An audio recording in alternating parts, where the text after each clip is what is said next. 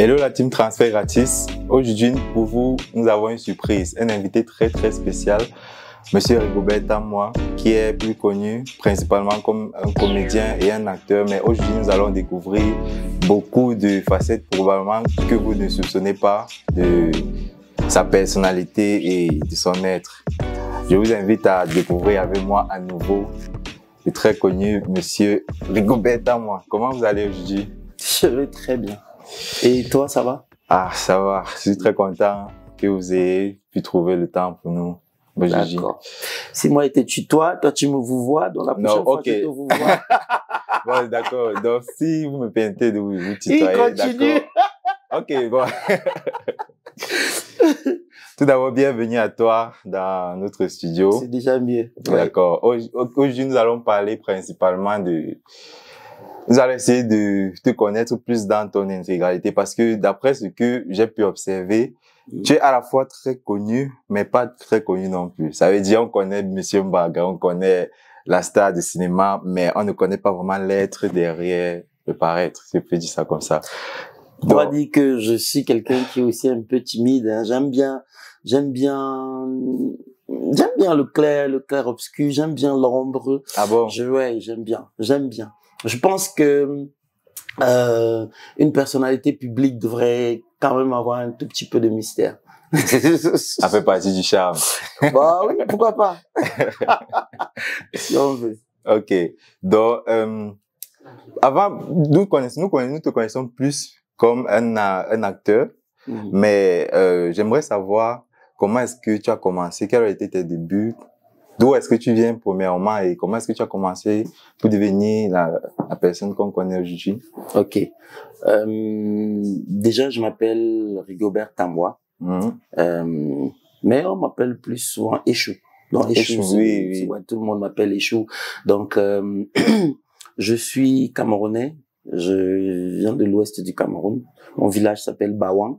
Ah, d'accord. Mes parents, très tôt, sont allés s'installer du côté de Nkonsamba, à Melon 2. Donc, tous mes frères et moi, nous sommes nés à Melon 2. La majorité a grandi là-bas. Moi, je suis parti de là quand j'avais 3 ans. C'est à Yaoundé que j'ai fait mes classes et tout. Donc, c'est aussi à Yaoundé que très vite, je dois dire que je tombe amoureux du théâtre. Et un peu plus tard, le cinéma. Voilà. D'accord. Donc, c'est à Yaoundé que tu as découvert le théâtre. Oui. Ok. C'était à quel niveau? Est-ce que c'était au lycée? Oui, c'est au lycée. Donc, je commençais à faire le théâtre. Déjà, j'étais au lycée Leclerc. Lycée Leclerc, à l'époque, il y avait le feu et Cindy Minja. Donc, c'est lui qui tenait un peu le club théâtre, qui gérait les troupes de théâtre. J'ai pas beaucoup travaillé avec lui à cette époque, mais beaucoup plus tard, on va se recroiser et faire des choses ensemble. Donc, ça commence au lycée. Et après le lycée Leclerc, je vais à l'Institut Monté. Le fameux Institut Monté, je sais pas si vous connaissez l'histoire. C'est une école, un collège qui s'est écroulé. Les gens disaient que ça s'était écroulé, mais en fait, c'était pas vraiment écroulé. Il y a eu des morts. Je sais pas si vous avez suivi cette histoire. Non. C'est vieux, ça s'est passé à Yaoundé, pas loin de l'endroit où il y a la FECA Foot là maintenant. On a rasé totalement le collège en plus parce que on a dû dynamiter pour le casser. Soi-disant, c'était dans les marécages. Et aujourd'hui, dans les mêmes marécages, on a déjà construit d'autres immeubles.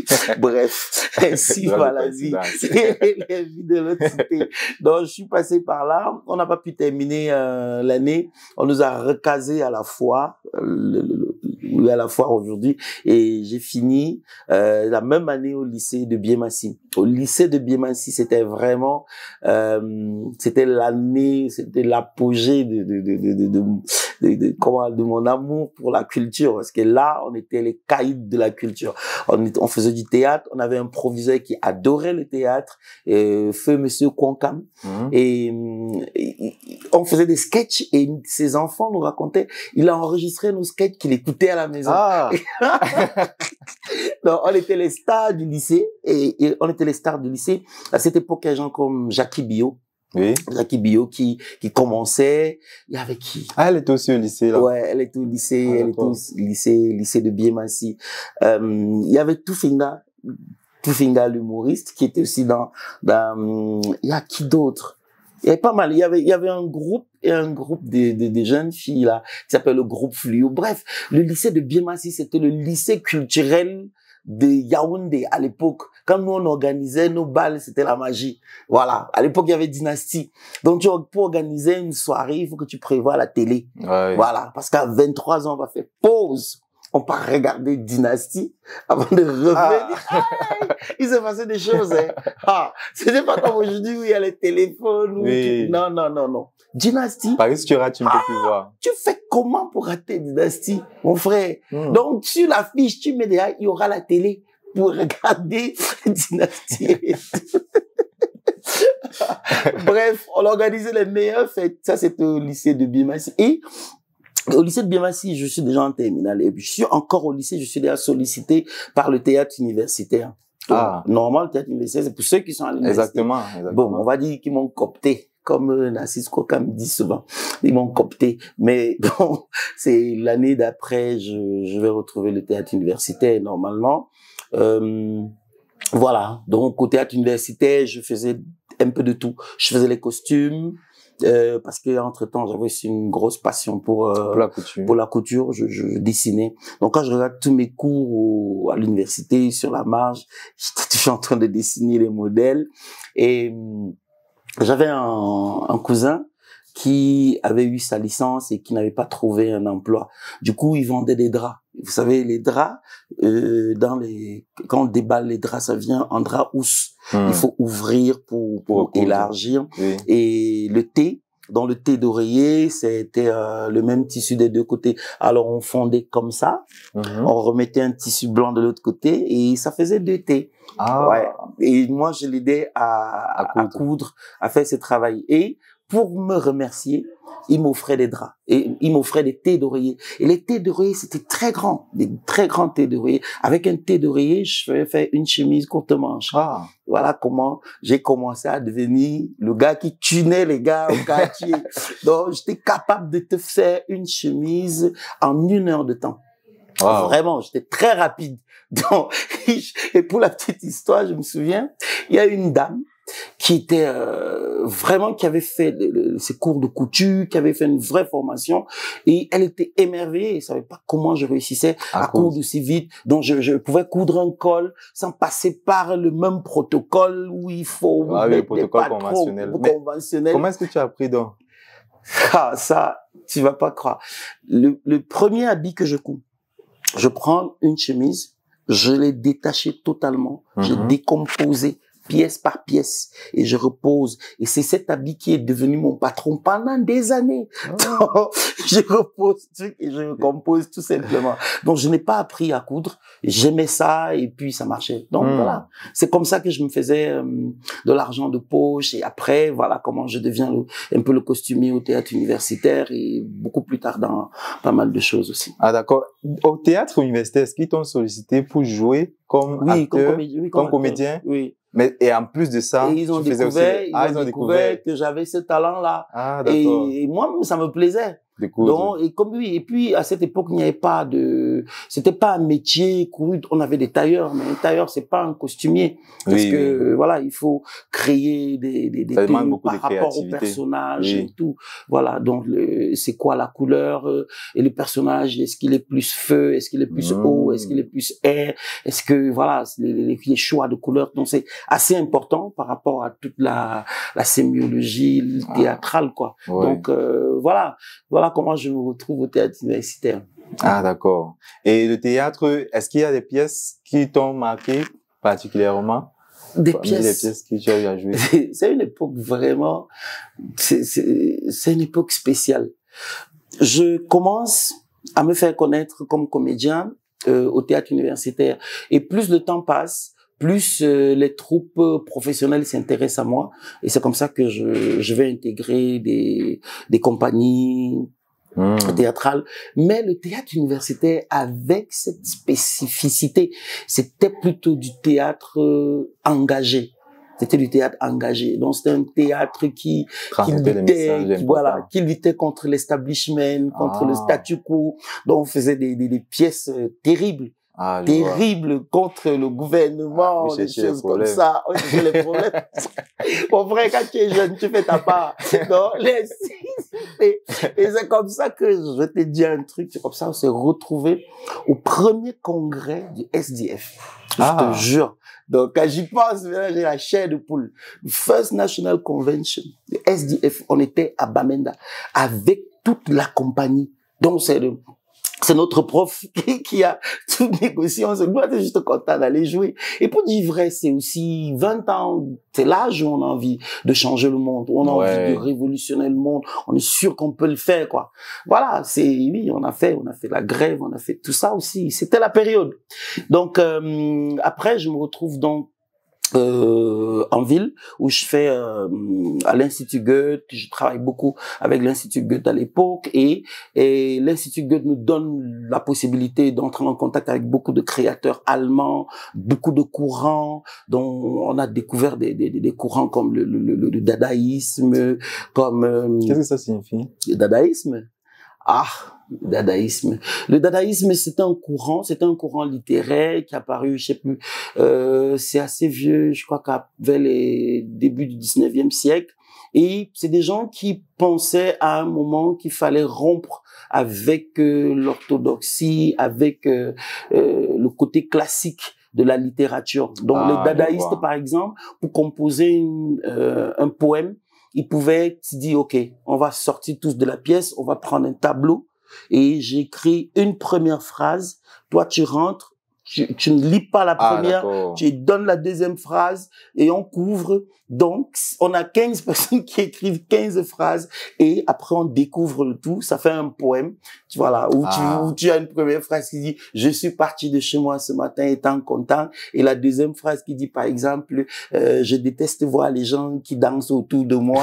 Donc, il peut ne pas y avoir un lien direct entre les choses qui sont dites, mais on va dire de l'hétéroclité même de cette phrase-là naît une espèce de beauté, une certaine harmonie, quoi. Donc on est passé par là. Et au résultat de ça, on a créé une pièce qui s'appelait Days in Black Satin. On a parodié un film célèbre qui parlait un peu d'un truc comme ça. On a monté la pièce avec un metteur en scène moitié allemand, moitié suisse, et c'est comme ça qu'on a fait une tournée. On était au Maza. Le Maza, c'est le marché des Arts africains à Abidjan. Après Abidjan, on a fait la Hongrie, on a fait une bonne partie de la Suisse, on a fait beaucoup l'Allemagne. On a beaucoup tourné avec cette pièce. Et ça, c'était à quel âge? C'était à quel niveau du cursus scolaire? Niveau du cursus, j'étais au théâtre universitaire, j'étais à l'université. À l'université? Ouais. Est-ce que les parents ne s'inquiétaient pas du fait que tu t'intéressais un peu trop?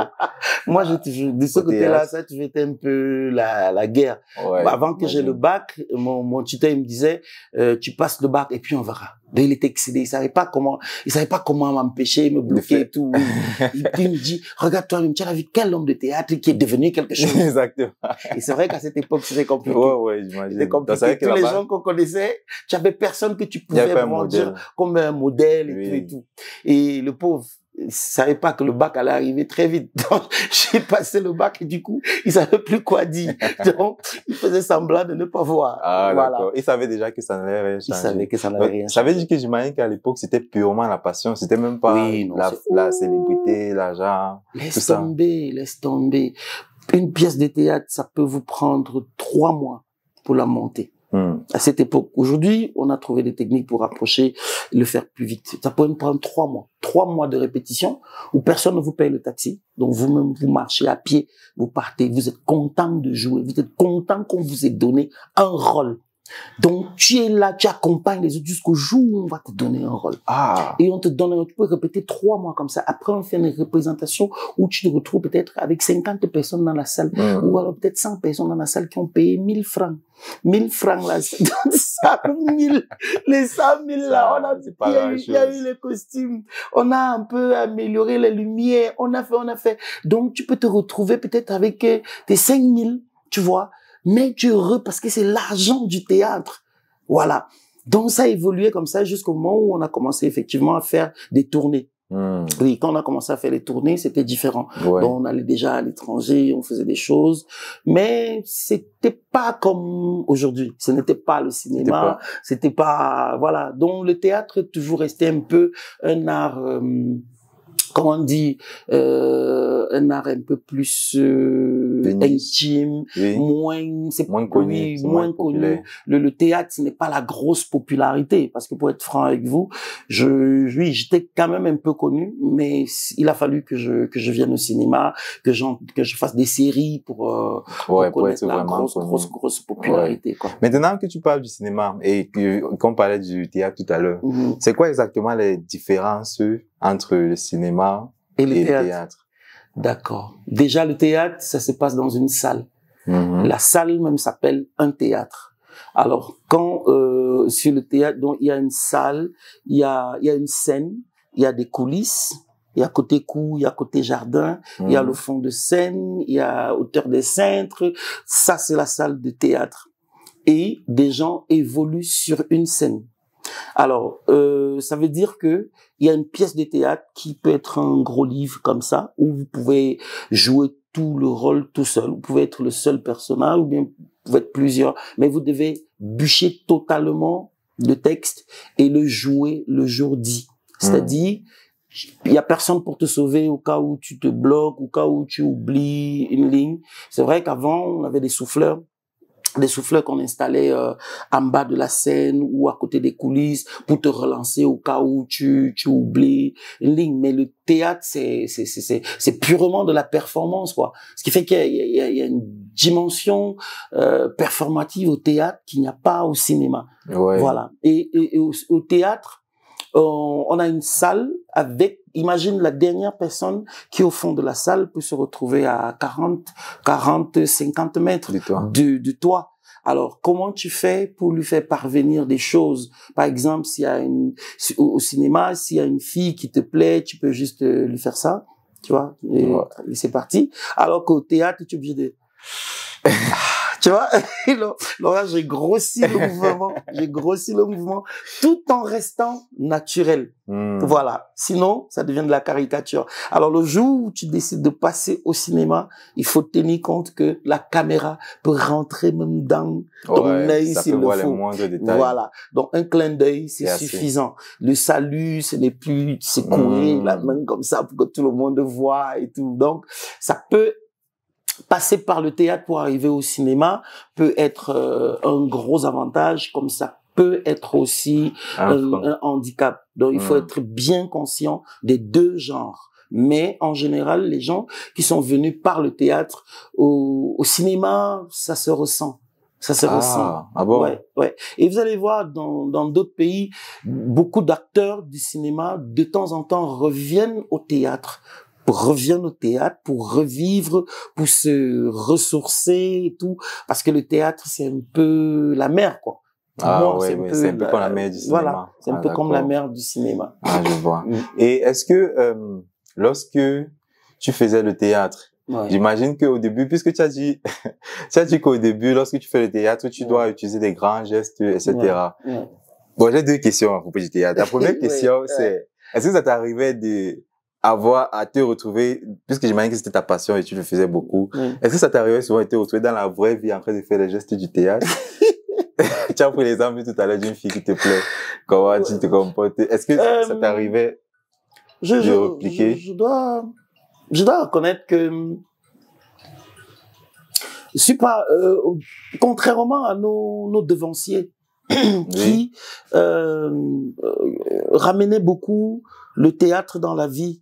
Je pense que nous, de l'autre génération, on était très très vite conscients que il fallait faire un distinguo entre le personnage et la personne. Tu vois, parce que les grands frères que nous on a trouvés dans le métier, c'était des gens, même en route, ils faisaient des trucs. Donc quand il est dans une voiture, il faut qu'on sente vite que c'est un artiste, c'est un homme de théâtre, il faut qu'il fasse un truc que tout le monde sache. Alors que nous, on est arrivé on est plutôt dans une autre logique. Ouais, Moi, quand j'entre dans un cas, je me fais le plus discret possible. Donc, je veux pas directement qu'on voit que je suis l'acteur ou bien le truc. Donc, il faut vraiment faire un distinguo entre le personnage et la personne. Ah, d'accord, je vois. Oui. OK.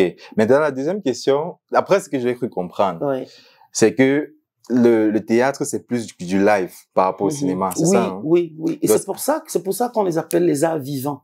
Ah, les arts vivants. Donc, dans les arts vivants, tu vas voir le théâtre, tu vas voir la danse, tu vas voir la performance, alors que les autres, le cinéma, vous finissez de tourner, après, on enregistre et puis le film peut vivre sa propre vie. C'est difficile avec le théâtre. À partir du moment où tu as fixé le théâtre sur un support, ce n'est plus un art vivant. Le théâtre, c'est un donné à voir, c'est de la représentation. Et ça se fait in situ, ça se fait en vrai, quoi, en live. Et est-ce que ça t'est arrivé, pendant que tu faisais le théâtre, de te planter? Puisque là-bas, j'imagine que les caméras sont les yeux. Forcément, on se plante. Il y a très peu de marge d'erreur. Oui. Et comment est-ce que tu gères quand ça déjà, arrive? c'est pour ça que déjà, il faut être cultivé. C'est très, très important pour un acteur d'être cultivé. Parce que plus on est cultivé, plus on a la possibilité de se rattraper, de se reprendre quand on se trompe. C'est même au cinéma aujourd'hui, on est obligé de faire ça. C'est-à-dire que il faut apprendre à improviser. Ah, d'accord. Il faut improviser. Improviser, c'est faire quelque chose qui n'était pas prévu parce que tu es tout seul. Mais le théâtre, c'est magique en fait. C'est-à-dire pendant 3 mois, tu répètes une pièce. C'est-à-dire tu ouvres la porte, tu regardes, tu dis, hey, il y a personne dans la maison si ils sont tous partis où? Tac. Et puis un jour, à force de le faire, c'est comme si ça s'inscrivait dans ton corps, dans ta mémoire. C'est-à-dire, il y a des fois où tu es devant la porte, tu as oublié ce que tu vas dire. Le simple fait d'avancer, d'ouvrir la porte, de regarder à gauche, à droite, et les textes reviennent tout seuls. Tu vois? Donc, l'effet d'automatisme fait de fois que, voilà, à force de répétitivité, de refaire des choses, ça revient tout seul, quoi. Oui, ça arrive qu'on perde le texte, mais dans ce cas-là, on improvise. Le public, lui, ne doit pas savoir que tu as perdu ton texte. Ah, d'accord. Ouais. Et quand tu faisais parce que j'imagine que quand tu as fini le bac, est-ce que tu es allé à l'université ou bien tu as... Oui, je suis allé à l'université parce que je t'ai dit déjà en terminale, théâtre universitaire, me faisait les yeux doux. Donc, je suis allé à l'université, j'ai fait lettres modernes françaises, option études théâtrales. Ah, d'accord. Ça pouvait pas louper. Et vu qu'au début, c'était pas forcément le choix de carrière le plus rentable, comment est-ce que tu faisais pour t'occuper de toi? Je t'ai dit, j'étais couturier, hein, ne joue pas. Ah, c'était la couture. Hey, c'est avec ça que je gérais. Non, j'étais pas un gars, je souffrais pas trop, hein. Ah. Oui, les week-ends comme ça, gars, je pouvais pointer même mes 5000 propres, tu vois. Et il y a ça, et puis j'ai frappé aussi les parpaings au quartier. Ah bon? Donc, mon tuteur avait acheté des moules pour faire ses parpaings parce qu'il construisait. Et comme les moules ne sortaient pas tout le temps, donc des fois je louais les moules et des fois moi j'allais frapper les parpaings pour les voisins et tout. Et ça me rappelle, il y a des jours, je croise des voisins comme ça, je me dis, c'est pas le petit qui frappait les parpaings ici. Donc en fait, le gars est devenu tellement célèbre que du coup, on a de la peine à croire que à me relier avec ce passé-là, tu vois. Ouais, je vois. Ouais. Ah, d'accord. Donc c'est à l'université que tu as commencé à faire les tournées. Combien de pays est-ce que tu as eu à visiter en faisant les tournées? Pas mal. Déjà, en Afrique, j'ai commencé, j'ai fait les 2 Congos, Congo-Brazza, Congo-Kin, parce que c'est des pays très, on va dire très dans le théâtre. Après, c'était la Côte d'Ivoire, parce que la Côte d'Ivoire, c'était c'est la plaque tournante où il y avait le marché des arts et tout. Et en Europe, j'ai beaucoup travaillé en Allemagne, en Suisse, en Hongrie, un peu en Belgique, beaucoup en France, et puis au Canada. En France, j'étais membre d'une compagnie qui s'appelle Unescursus, parce que la compagnie existe toujours, c'est une compagnie française. Donc pendant un bon bout de temps, on avait une metteur en scène française, une grande amie qui s'appelle Barbara Boulet, et on montait des pièces de théâtre ici au Cameroun, on allait les jouer en France, et 2 fois il arrivait qu'on monte des pièces de théâtre en France pour les jouer un peu partout. Ah, ok. Donc on a travaillé dans des salles comme le théâtre Gérard Philippe. Pour ceux qui connaissent un peu la France, le théâtre Gérard Philippe, c'est un théâtre national, donc parce que les théâtres sont classés par théâtre national. C'est vraiment un gros théâtre. C'est déjà d'ailleurs l'ancien théâtre dirigé par Jacques Land. Jacques Land, l'ancien ministre français de la Culture, où il y a eu des metteurs en scène célèbres comme Stanislas Nordet et tout. Donc on a monté pas mal de pièces là-bas, dont une spécialement qui s'appelait l'épopée de Gilgamesh. L'épopée de Gilgamesh, qui est la plus vieille épopée au monde. Donc, c'est une épopée qui a été consignée sur des tablettes d'argile. Donc, on a retrouvé ces tablettes d'argile dans la zone de Uruk. Uruk, qui est un peu l'actuel Irak. Donc, Uruk, Mésopotamie, toute cette zone-là. Et comme on n'a pas pu retrouver toutes les tablettes d'argile, donc du coup, il y avait il y avait 2 auteurs qui écrivaient, un Camerounais et un Sahraoui, et leur travail, c'était de reconstituer un peu les tablettes d'argile manquantes. Ah, d'accord. Voilà. Et là encore, j'étais costumier et comédien. Donc, on a fait au moins une 30aine de représentations.